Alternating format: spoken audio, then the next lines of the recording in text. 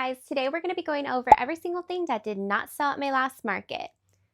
So my last market was in December of 2023 and it was actually December 23rd, so it was 2 days before Christmas. I was so excited when I signed up for this market. I was sure I was going to sell out. I thought this was going to be my highest market of the entire year for profit, and I was sorely mistaken. Last year was my first year doing markets. I started in March and I did, 1 to 3 every single month until December. December, I had 2 markets. And so when I signed up for the December 23rd market, I was so excited. I was like, I'm going to get so many last minute shoppers. People are going to see my stuff. They're going to think Christmas immediately. They're not going to be able to resist. And for the most part, that was true. Everyone who saw my stuff immediately was like, oh my goodness, I wish I hadn't already gotten her this, or I wish I hadn't gotten that. So sales were actually quite disappointing because it was so close to Christmas that anyone who saw my stuff and thought children had already bought for children. During the market, I came to the realization that people aren't last minute shoppers for children.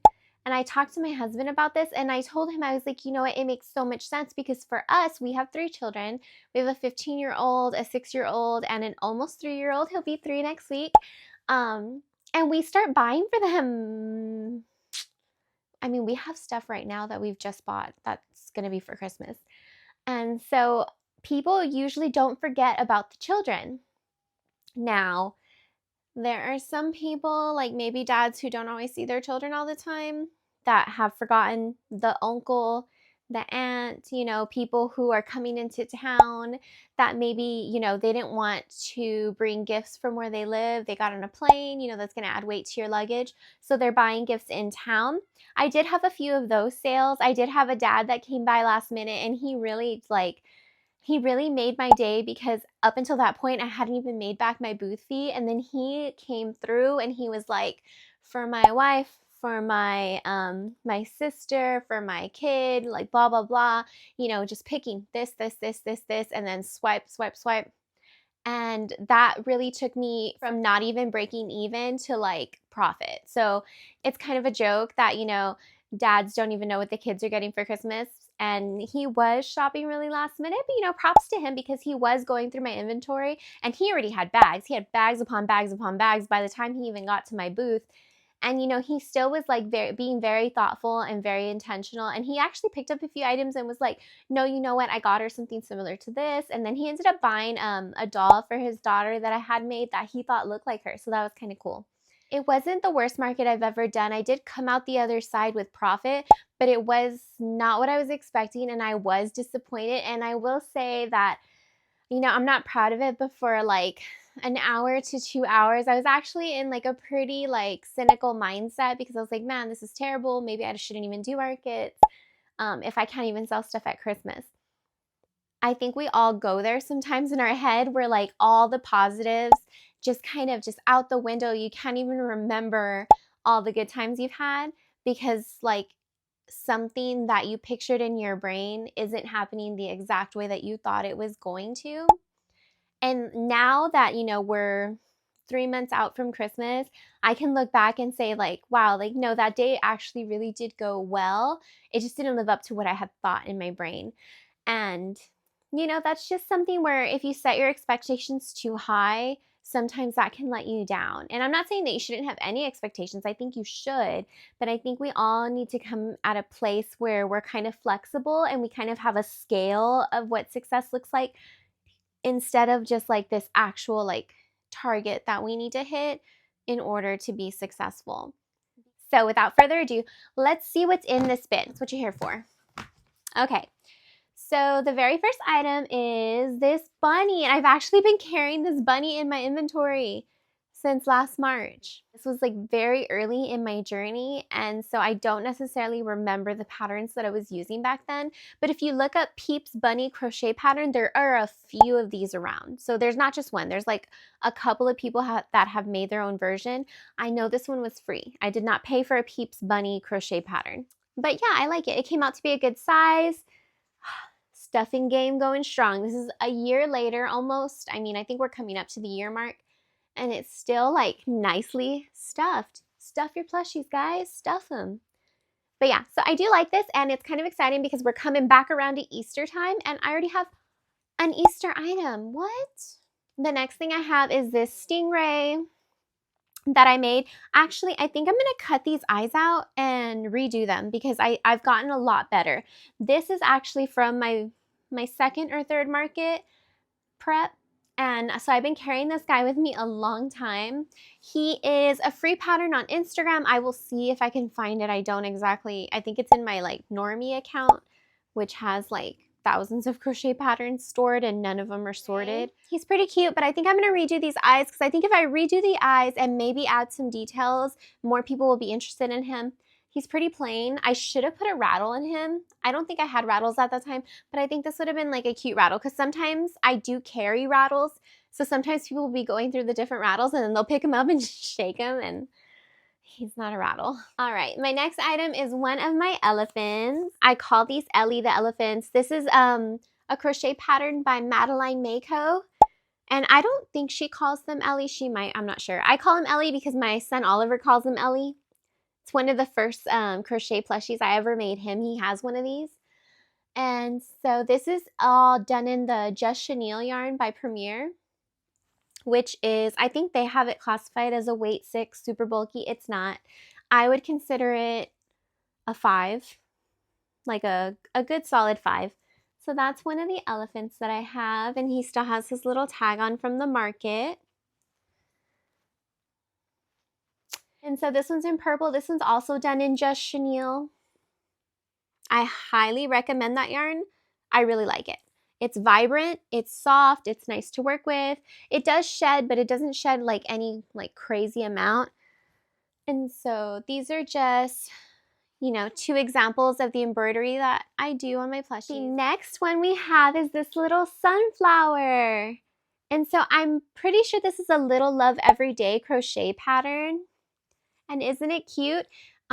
This yarn, I love this yellow yarn. I have like this much left of it in a teeny tiny ball, and I'm so sparing with it because I love it so much. It was a Hobby Lobby plush yarn, and it's a weight 4, and it's just like the perfect tone, the perfect texture, but they don't carry it anymore. They discontinued it, and I'm so sad. If I would have known that was happening, I would have bought every single one they had. I love it so much. This is Bernat Velvet. This is also Bernat Velvet. And like, so I just think it came out so cute. I did the little cheeks in like a cotton yarn that's also discontinued from Hobby Lobby. It's a Pima Suprema. That was a great yarn. These are the tags that I used to use. I was using these around summertime. This is my last little flower buddy I have left. I did 2 of her sunflowers, and then I wrote my own crochet pattern for a daisy that is a lot larger. And I put it up for free on my Instagram, so I'll link to that below. But I had 2 sunflowers and 2 daisies, and they were all like together like a little family. And so this is the little guy that's left. And so I'll probably stock up on these for summertime as we get closer to the summer months, probably around May, because sunflowers, oh, I love them. They're so gorgeous. All right, the next little thing we have here is a pumpkin pie rattle. This is a free crochet pattern over on my Instagram. This is Bernat Speckle. This is, I don't even know what it's called. It's like a burnt orange color. And then this is the off-white from Bernat. And so I did it, the whipped cream, in like little loops because I knew when I was writing it that I was going for a rattle, and I wanted like something, because you know babies, they're just like grab it and they like loop their fingers through stuff, and I thought that would be kind of cool. And then I also did the pie crust kind of large so that the baby could grab hold. So I just wanted to make it like just super appealing for little teeny tiny hands. And so this is the last one I have left. I don't know if I'll pack it away. I might keep taking it to markets, but I don't know. I think they're cute. And so that's a free pattern over on my Instagram. And then I have wipes, because you should take wipes. If you have not done markets and you're just getting into markets, hot tip, grab some baby wipes and carry them with you, because if you're doing outdoor markets, there's not like readily available like hand washing stations. And throughout the day, like, I don't know, maybe it's just me, I start to feel dusty. And like, so like, I'm like cleaning my hands, I'm cleaning stuff off. Like, I don't know. I use them. I also use them for my chalkboard. I use them to wipe down, like if someone spills something like on my tablecloths are black, I'll clean them up, you know.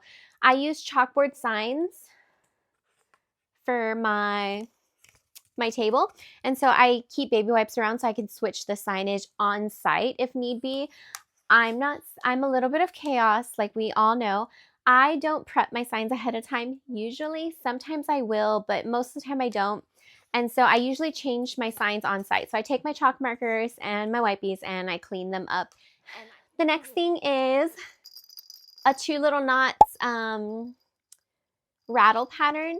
This was available on the A Crafty Concept blog. She does cross posts with other designers, and so 2 Little Knots came out with like this little flower pattern last year that she had up on Fairy Wands, and this is the Just Chenille. It was being stocked at Dollar Tree. I went and I bought a ton of it when I first started doing markets because I wanted to do plush yarn, but blanket yarn was pretty expensive. So my blanket yarn that I had available to me was pretty like scarce, because before that I was using acrylic yarn for the stuff I was working on or specialty yarn. Like I was making a sweater, and so I had this really pretty hand-dyed wool that I was using, but obviously I'm not going to really make amigurumi to sell at markets in hand-dyed wool. So I didn't have a lot of plush yarn. I had cotton yarn, so I made a few plushies in the beginning that were in the cotton yarn, but that takes a lot of time. So I saw this and I bought a bunch of this. I went and I spent, I think, $80 the first time. And I was like mortified to tell my husband how much money I spent on yarn. Like in my soul, it was painful. And now, like a whole year later, I'm just like laughing. Like I can't believe I thought $80 was a lot for yarn. But it was. And I think this might be my last one left. I had made like a whole little basket of them, and I actually think I should probably add these to my market prep list for this year because we're in springtime again, and these are like little springtime flowers. Next up, we have this little Mama Made Minis Dragon Snuggler. This one is in Bernat Dappled, and I think this is Mainstays from Walmart as the accent color, the white. Those are her wings, her little tail. And so this is the mini size. So I think it comes in 3 sizes, like a big, a little, and a mini. And so this is the mini size. And so I like these. I've sold 2 of these before. So not the most popular one at my markets, but I might try redoing the eyes. Next, I have this beauty. Isn't that gorgeous? Derbie Duck, the stuffed version. And I love this pattern. I've made 3 of them, and my 2 white ones sold immediately, but those were embroidered eyes. And like, I'm not mad about it because it's beautiful. I just think it came together so nice. I love this girl. I love her so much. I think she's beautiful. But I do need to make a few of these in the neutral colors with some embroidered eyes. Next, oh, I love this girl. We have, I know I keep saying that, but I really don't do a whole lot of patterns that I don't love. I'm not a good businesswoman. I'm not. I don't do a lot of bulk make. I don't do a lot of like the super like fast one-off patterns that, you know, like the octos, the whales, like stuff like that. I don't like making the same thing over and over and over and over and over, especially if it's not even something that I really love. It makes great business sense to do it. I just don't have a hustle. I don't have a hustle bone. I wasn't born with the gift. What is like this? What's your name? What's your name, girly pie? I don't remember. Kindred Spirits. So this is Poms and Posies Kindred Spirits doll, and she is so beautiful, guys. I don't remember if it comes with the pigtails or if I just freehanded those. I'm not sure, but it's super easy. You just chain a bunch and then half double crochet or double crochet your way back up the chain, and it creates a curl. And then I just added like little bows on, and she has her little ballet slippers. I'm pretty sure the skirt is the way it is in the pattern. I know that I crocheted the arms in. I don't remember if that's part of the pattern or not, but I highly recommend it. I love it so much. So she's one of the Kindred Spirits dolls. This is another of the same pattern that I did. I know that this hairstyle I did freestyle. I wanted a pixie cut to be available. I knew I was going to make a blondie, and I decided to do a pixie cut. And so I know that I freehanded this one, but it was super simple. It wasn't like I did something novel or like incredibly creative, but I do think she kind of looks like Princess Diana, right? Doesn't that look like Princess Diana as a little ballerina?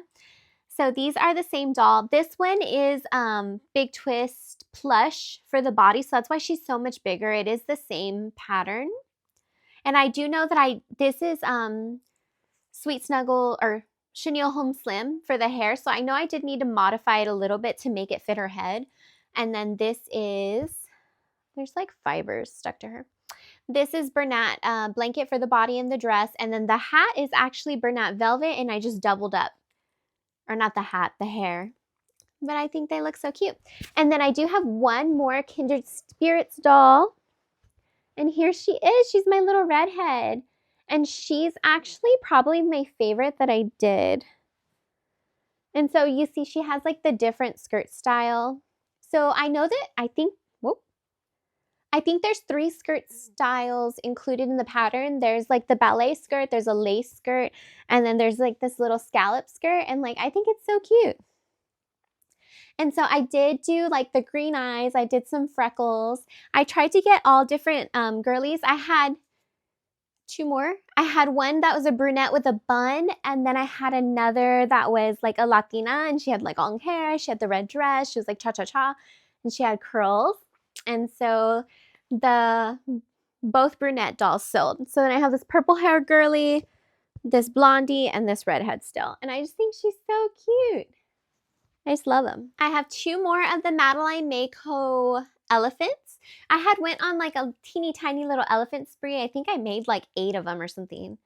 I made a lot of them for my last market because I just love them. Like, aren't they so cute? So I had sleepy eyes, and I had like my embroider eyes. And then I had a different style of embroidery eyes. And then I had like another. So like, oh, look at them. So that's great. I don't have to make any elephants for my upcoming market.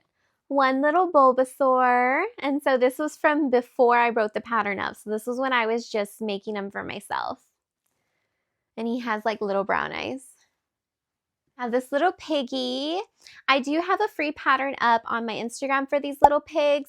This one is a little bit of a different style than the final pattern. This was when I was still working on the pattern for it. Like, this isn't even really like a piggy tail. It's just kind of a little flap that I was playing around with. Whoops. But, so that guy. I have another Bulbasaur. This one is sleeping, and you can see it looks a little different than the final design. This one's head's pretty wide. I have this little purse. So this is a little purse done in cotton, and this is a pattern by LTK Cuties. Pretty sure that's her name on Instagram. And so she does a lot of patterns where she uses this same stitch, and she, you know, changes the way it's constructed, but it's all this same stitch. So like it's her style. It's like her signature style. So I used her stitch to make this little purse, and I did it like in a little pencil. So it's like a school purse. Isn't that so cute? And then next, I have this little pattern test for Res Crochet, and this is Van Gogh. Isn't that so cool? So I did this in fingering weight yarn. So this is all done in weight 1 yarn. It's hobby yarn. It's actually the stuff that's behind me. So it's this. It's the Rainbow 8-4 quality 100% cotton from Hobby. And so it's quite thin. I did this on our road trip to Disney last year in October, and it was a pattern test for Res Crochet. It's so cute. I really, really, really, really, really want to get around to making one in like blanket yarn because it would be massive. I don't know who wants a giant Van Gogh as a plush cuddly doll, but I need to make it. As a Doctor Who fan, if you like Doctor Who, you know the special place that Van Gogh has in our heart. That episode, oh, every single, like thinking about it right now, I could cry. Every single time I watch that episode, I cry like a baby. It's actually one of the first episodes I ever saw, like out of context. So good. So good, guys.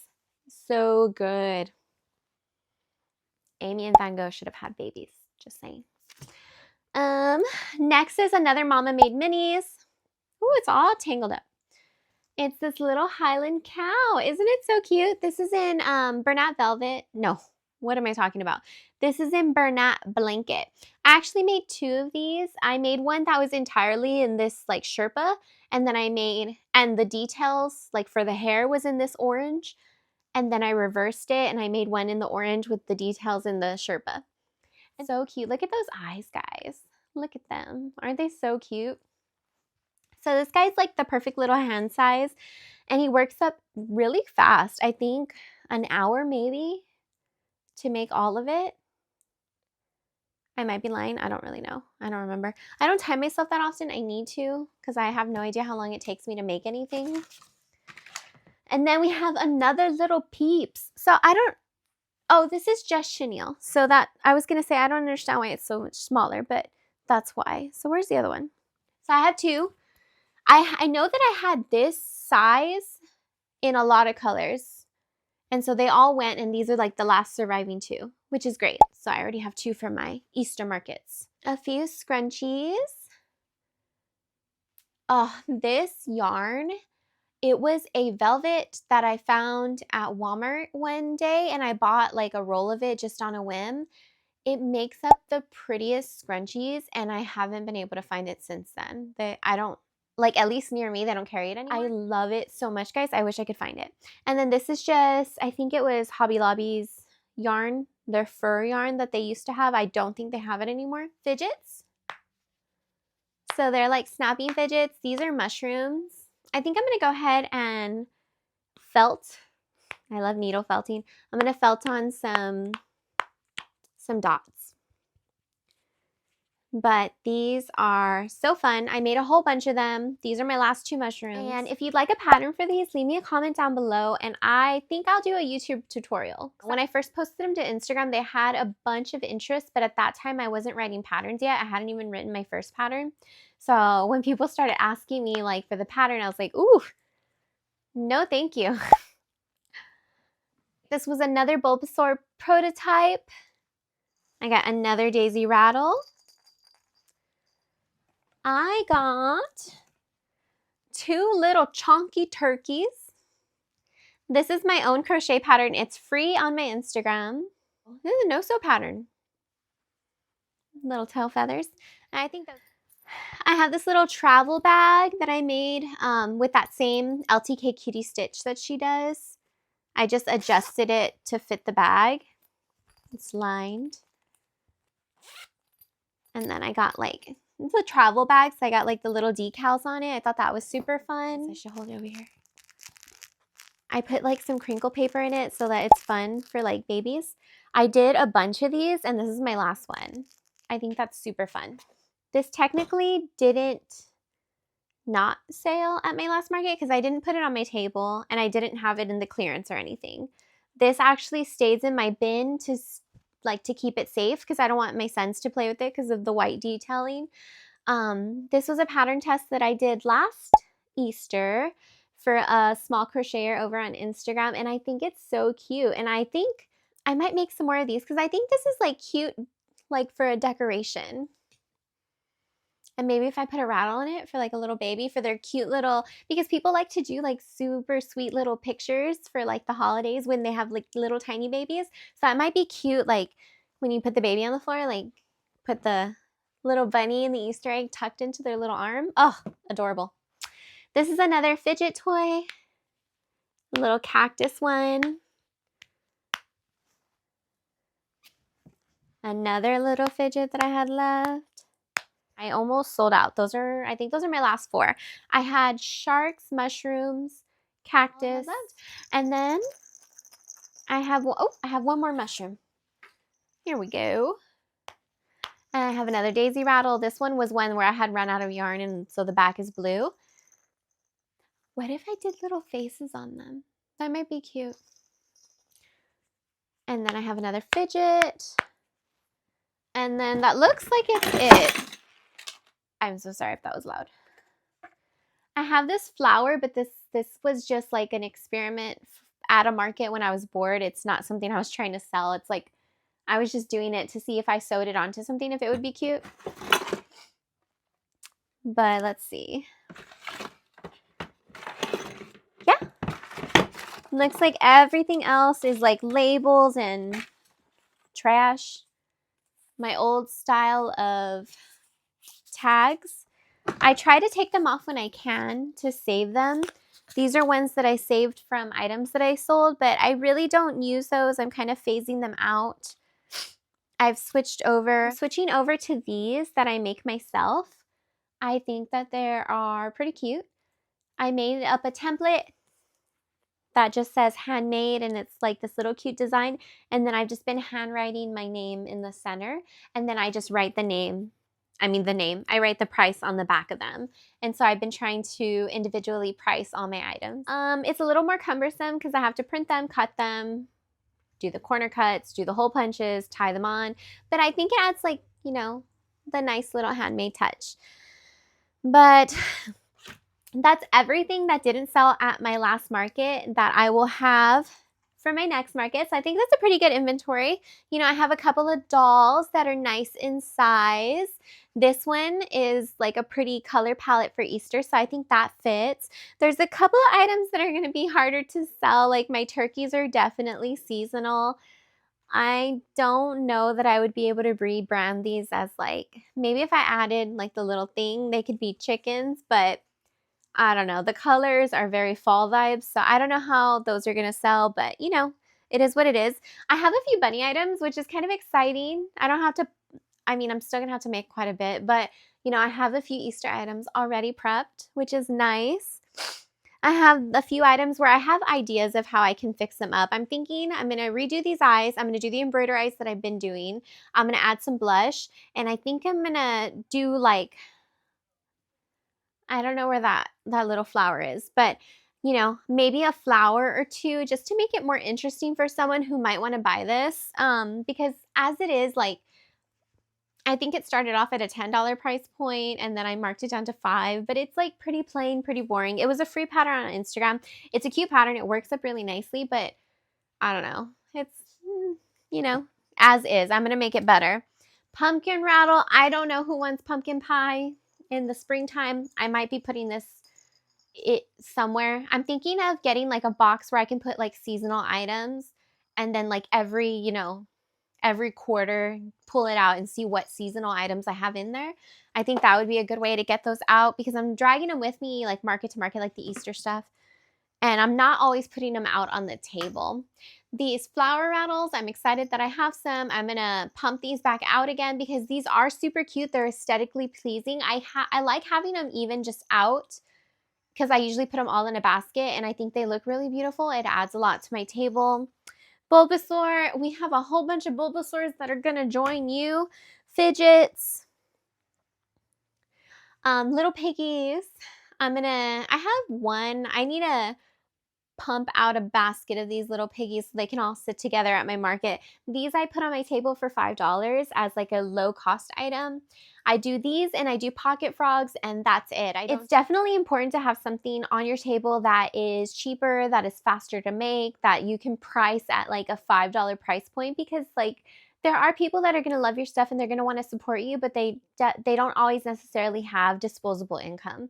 So if they don't have, you know, disposable income and it's not a special occasion, they don't have a reason to be buying, then it's like, you know, it's good to have these small little things that they can, you know, basically it's like they're supporting you by giving you $5. Does anyone need a tiny little pig? No, but there are people out there that do love pigs. And then so I do the pigs and the frogs. That's my thing.